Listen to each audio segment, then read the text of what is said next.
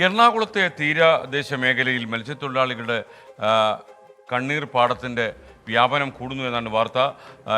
കണ്ണമാലിയിലും അതേപോലെ തന്നെ എടവനക്കാട്ടും അവരുടെ കണ്ണീരിന് അറുതി ഉണ്ടാകുന്നില്ല. ഇന്ന് പ്രതിപക്ഷ നേതാവ് വി ഡി സതീശനും ഈ എടവനക്കാടൊക്കെ സന്ദർശിച്ചിരുന്നു. നിരന്തരം പ്രതിഷേധം ഉയർത്തിയിട്ടും അവർക്ക് ശാശ്വത പരിഹാരം ലഭിക്കുന്നില്ല എന്നാണ് അവിടുത്തെ കണ്ണീരിൻ്റെ കനവുമായി അവിടുത്തെ മത്സ്യത്തൊഴിലാളികളും മറ്റുള്ളവരും നമ്മോട് പറയുന്നത്.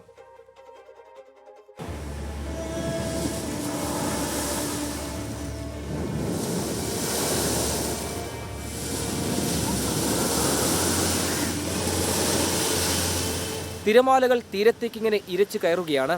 ഈ മനുഷ്യരുടെ മനസ്സിലും ഇന്ന് ആശങ്കയുടെ തിരമാലകളാണ്. കടലാക്രമണത്തിന്റെ ദുരിതം പേറി എടവനക്കാട്ടെ മത്സ്യത്തൊഴിലാളികൾ ദുരിതക്കഥയുടെ കെട്ടഴിക്കാൻ തുടങ്ങിയിട്ട് നാളുകൾ ഏറെയായി. സുരക്ഷിതമായി സമാധാനമായി മത്സ്യത്തൊഴിലാളികൾ കിടന്നുറങ്ങിയിട്ട് 40 വർഷമായി. കേരളക്കരയെ വിഴുങ്ങിയ സുനാമിയിൽ എടവനക്കാട് പൊലിഞ്ഞത് 5 ജീവനുകൾ. താൽക്കാലികമായി നിർമ്മിച്ച കടൽഭിത്തി തകർന്ന് കടൽ പതിയെ തീരത്തേക്കടുത്തു. പിന്നെ റോഡും കടന്ന് വീടുകളിലേക്ക്.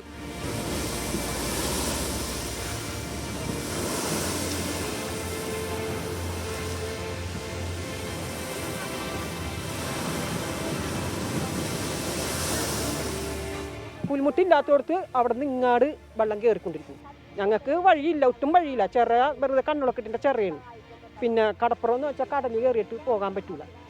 വഞ്ചിക്ക് പോകും വരും. അത് ആ കാറ്റും മഴയുടെ വഞ്ചി വലിക്കാനും പറ്റൂല.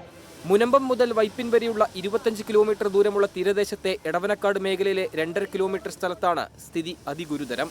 ശാശ്വത പരിഹാരം വേണമെന്ന തീരദേശവാസികളുടെ വർഷങ്ങളായുള്ള ആവശ്യത്തിൽ ജിയോ ബാഗുകൾ സ്ഥാപിച്ചത് മാത്രമാണ് ആകെ സ്വീകരിച്ച പരിഹാരമാർഗം. ചെല്ലാനത്തിന് സമാനമായ ടെട്രാപാഡുകൾ സ്ഥാപിക്കണമെന്ന ആവശ്യത്തിന് വർഷങ്ങളുടെ പഴക്കമുണ്ട്. 20 കൊല്ലോട്ട് കറക്റ്റായിട്ട് പ്രതീക്ഷിക്കുന്നുണ്ട്. അത് ഈ പുലിമുട്ട് കിട്ടുകയെന്നുണ്ടെങ്കിൽ 8 പുലിമുട്ട് ഇടാന്നാണ് പറഞ്ഞത്. അതിൽ 3 ഇട്ട്, ബാക്കിയില്ല. അതിപ്പോൾ ശരിയാക്കാൻ സമയമുണ്ടല്ലോ, ഒരുപാട് സമയമുണ്ട്. ഞങ്ങളല്ലെങ്കിൽ ഞങ്ങളുടെ പേരക്കുഞ്ഞുങ്ങൾക്കെങ്കിലും അതൊക്കെ ഉപകാരപ്പെട്ടാൽ മതിയായിരുന്നു. 20 കൊല്ലമായിട്ട് ഇതുമ്പോൾ ഒരു കല്ല് പോലും എടുത്ത് വെച്ചിട്ടില്ല. ആലവനാണ് കിടക്കുന്നത്.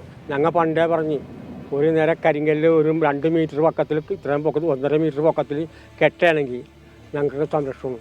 മന്ത്രിയുടെ ശ്രദ്ധയിൽപ്പെടുത്തി പദ്ധതിയുടെ രൂപരേഖ കൈമാറിയെങ്കിലും അന്തിമാനുമതി ചുവപ്പുനാടയിൽ കുരുങ്ങി. കടൽക്കയറ്റം രൂക്ഷമായതോടെ തീരത്തെ ആളുകൾ ബന്ധുവീടുകളിലേക്കും വാടക വീടുകളിലേക്കും താമസം മാറിയിട്ടുണ്ട്. കേവലം പുലിമൂട്ടെങ്കിലും നിർമ്മിച്ച് ദുരിതക്കയത്തിൽ നിന്ന് കരകയറ്റിയില്ലെങ്കിൽ എടവനക്കാട് ജീവനുകൾ പൊലിയും. എടവനക്കാട് നിന്ന് നായരമ്പലത്തിലേക്കുള്ള തീരദേശ പാതയുടെ സ്ഥിതിയാണിത്. റോഡ് പൂർണ്ണമായും തകർന്നിരിക്കുന്നു. ഈ റോഡും കടന്നാണ് കടൽ വീടുകളിലേക്ക് കയറുന്നത്. മരണത്തെ മുഖാമുഖം കണ്ടാണ് തീരദേശവാസികളുടെ ജീവിതം. എടവനക്കാട് നിന്ന് ക്യാമറാമാൻ മുഹമ്മദിനോടൊപ്പം നിതിൻ അംബുജൻ, 24. പൊതുജനം കഴുതയല്ല സാർ.